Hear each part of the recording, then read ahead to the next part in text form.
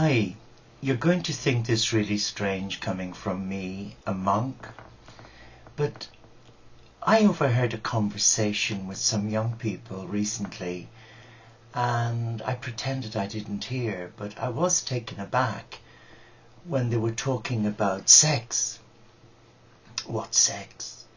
Of course we all know what sex is, but they were saying that raunchy sex could be a prayer. And I thought, ooh, and it got me thinking. And I thought, well, what's raunchy sex? So I looked it up in the dictionary and I thought, I don't think so. What do you think? And these were a young group of so-called born-again Christians, and I thought, that's rather strange subject for young people, especially who are born again. But most people would probably talk about it in the privacy of their own home. So raunchy sex, I take it as being, I'm lost for words. Someone who engages in maybe unsafe, high risk, overindulgent, repetitive acts of a sexual nature using different positions with different people or animals, and that's possible. And would I consider that to be a prayer? No, I wouldn't. Because the word sex is a word that is so loosely used today, and it really destroys the art of lovemaking. Because I see lovemaking with two consenting adults who care passionately about one another, who love each other. I consider that to be an act of love. And where there is love, there is God. And when they're performing the act, the sexual act, in a love environment, in a love-making situation, then that really isn't for me raunchy sex. It's a natural progression of two people who love one another and who express their love intimately, not in front of a camera, but in the privacy of their own home. So I don't think for a minute that I could ever see myself saying or agreeing to raunchy sex being a prayer. Maybe I'm wrong. Maybe I'm considered out of touch with reality. But I remember as a young student nurse, when we'd go on a night out with a lot of our student nurses and our colleagues, yes, it was amazing when you give a nurse one drink too many, they usually inevitably end up dancing on tables and making a complete faux pas of themselves, but it's all done in innocent fun. But raunchy sex, I've never seen it. And I don't think I really want to see it. But I am aware that within society today, there is a void in a lot of people's lives. And I discovered purely by accident a few months ago, I was using, they call it the gizmo, to flick through the channels. And this came to a channel that had what I would consider raunchy sex of individuals, adults, performing in a sexual act that looked quite violent. And that was on television. So I turned it off because I didn't find it pleasurable, and I certainly didn't enjoy seeing someone exposing their private parts in front of a camera. But I guess I'm a prude. But I believe there's a time and place for everything, for God created man and woman to enjoy the gifts that God has given to them. I know in various religious circles there's a lot of negativity put on the sexual act and about relationships outside marriage. But I feel that two people have to come together with their God. Yes, their church might condemn it, like the Catholic Church does not approve of sex before marriage. But I really feel that one has to come into the mindset of God. The church is there to give us guidelines, but sometimes we have to find for ourselves, what is God saying to us? What does He want us to do? Ideally, it is good if one can save oneself for the marriage, and then one has something beautiful to give. And I know virginity is making a comeback. There are a lot of young women who want to save themselves for the marital act. Excuse me. So I'm not in a position to say you should do this and you shouldn't do that. I would come before your God if you believe in God, and I would earnestly seek to discern what God is saying. And nor do I agree with persons of the same or opposite gender involved in high risk unsafe sex and having multiple partners. That deviates from an act of love to an act of pure lust.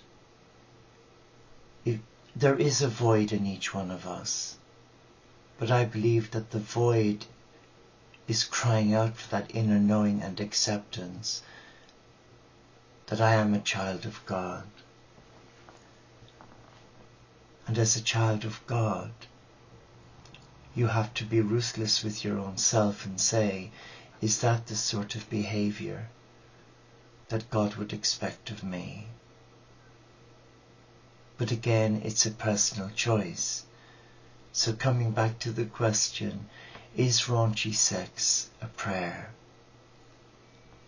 I would have to say no, it's not. In fact, it's not a prayer at all. It's an irreverent prayer. And whatever people choose to do in the privacy of their own home, as consenting adults, then that is their choice. Whether they're married or non-married is irrelevant. But if you have respect for your body and if you have respect for yourself,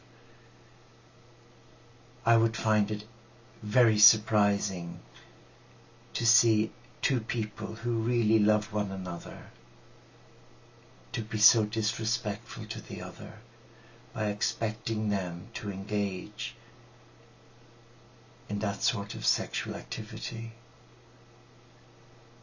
Because from what I've seen, it can become quite violent. And I remember doing my course on HIV and AIDS at Manchester University in 1995, a 6-month course.